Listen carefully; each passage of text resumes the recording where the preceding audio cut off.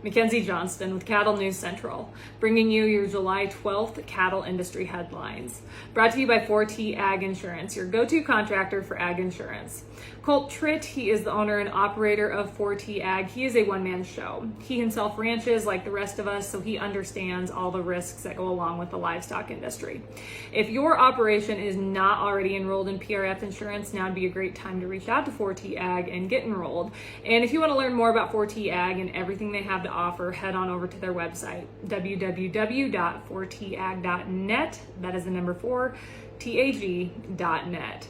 The Austin American-Statesman recently did a fact check on an article written by Representative Abigail Spanberger. She is a Democrat from Virginia. This article was co-authored by Brooke Miller. Of course, he is the president of the U.S. Cattlemen's Association. And the article focused on the big four meat packers raking in record profits. To no surprise, the news source found that this article is indeed true. The big four are indeed raking in record profits, despite the execs of these companies claiming that they have not partaken in price fixing. And their record profits are instead the result of unusual economic circumstances brought on by the pandemic. So a few numbers to consider. And I have went over these numbers time and time again. However, I do believe it is important to reiterate these numbers to drive home the fact that there is indeed something off within our industry. Meat prices have risen 12.3% in the last year, according to the Bureau of Labor Statistics. That rate outstrips the 8.6% inflation rate that our country is currently experiencing, and it also outpaces the 10.1% increase in overall food prices. So when we look at profits for our big four meat packers, JBS had a record net profit of $4.4 billion for the 12-month period ending March 31st of this year. That's a 70% increase in the previous 12 months. Tyson had a record $4.1 billion net profit for the year ending March 31. That's a 91% increase year over year. Cargill, they are a privately held company, so they are not actually required to publicly report their financial information. However, Bloomberg reported back in August that confidential financial documents showed Cargill delivered a record $4.9 billion net income for its fiscal year ending May 31st, 2021. That is up 60% year over year. Marfrig, they reported a net profit of $820.1 million in 2021. That's a 32% increase compared to 2020. In its annual report, the company claimed this was their largest profit ever.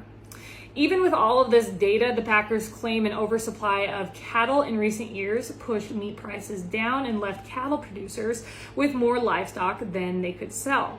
At the same time, they claim the pandemic caused worker disruptions at processing plants, leading to increases in the demand and price for meat.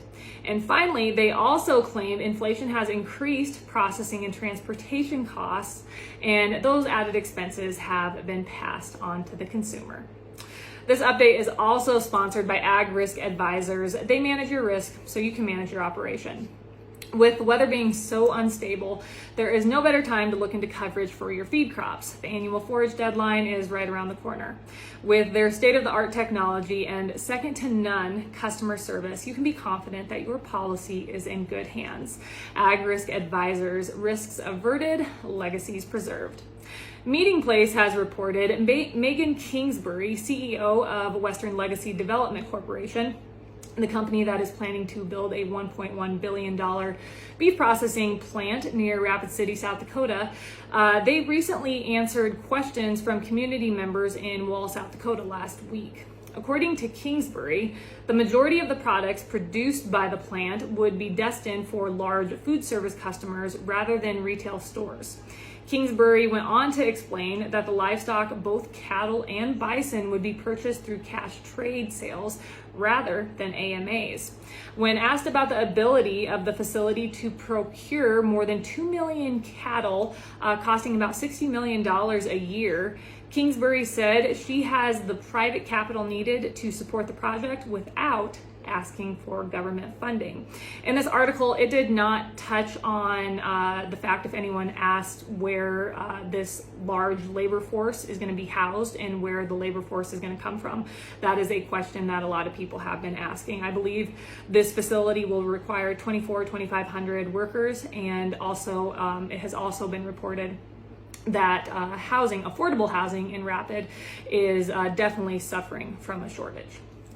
This update is also sponsored by Circle 5 Cow School. If you're wanting to learn how to preg check your own cows or start AIing, Circle 5 Cow School is definitely the way to go. Almost every week they are hosting classes somewhere between Texas and Tennessee. If you want to check out their schedule, head on over to circle5cowschool.com. That is the number 5 in there, or you can go ahead and just give them a follow on Facebook.